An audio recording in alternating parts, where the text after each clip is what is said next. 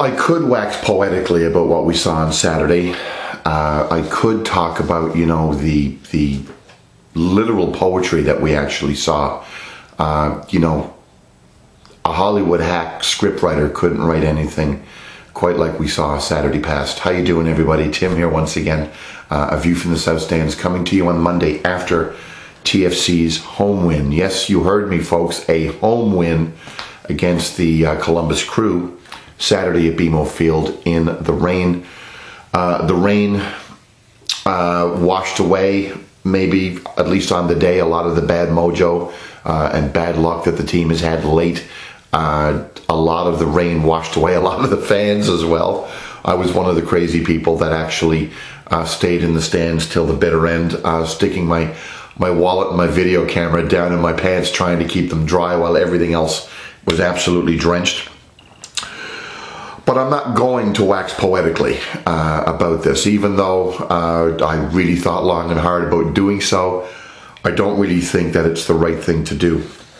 The rain could have been a metaphor for many things in regards to this team, but I'm not going to do that.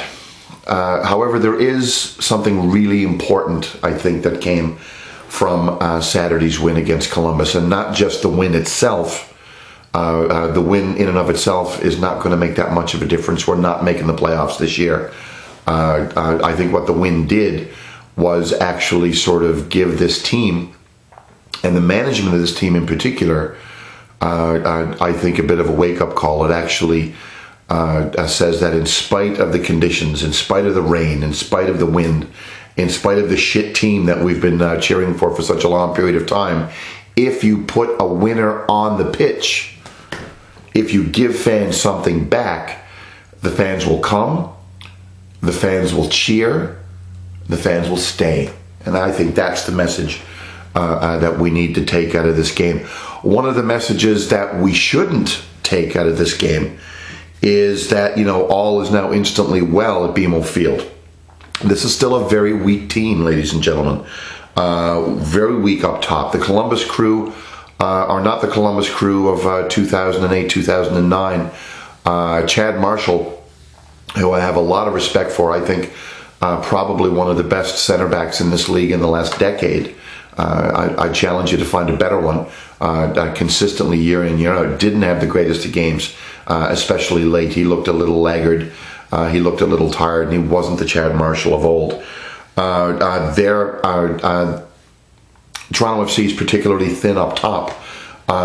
It took Andrew Wiedemann, yes, the greatest finisher in the history of the world, Andrew Wiedemann, to actually do the finish at the end in order to actually secure the win. Caldwell actually hit a post. I actually didn't even know that because we were in the South End watching the activity in the North End through the driving rain, and I didn't even know that he hit the post in injury time as well. So it could have been 2-1 from Caldwell, or it could have been 3-1 from Wiedemann, who knows.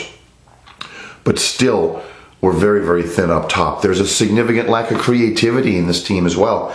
Maybe Alvaro Rey, the new winger from Xeras in the second division of Spain that's just been signed, who came on late in the game as well for his debut. He's got his international transfer paperwork all straightened away. He's now a TFC player. He's young, he's quick. He's got a pedigree, obviously, if he's coming from playing in Spain, the World and European champions. Not that he's been close to the national team or anything, but by all accounts, he's a good citizen, a good winger. And hopefully he's going to bring some creativity that this team is sorely, sorely lacking. And of course, the revolving door on BMO Field, on the locker room, I personally don't think is actually helping matters either. But getting back to, I think, the main takeaway from this game. The main takeaway from this game, in my opinion, is that the passion for this team is still there. It's still latent. It's still bubbling under the surface.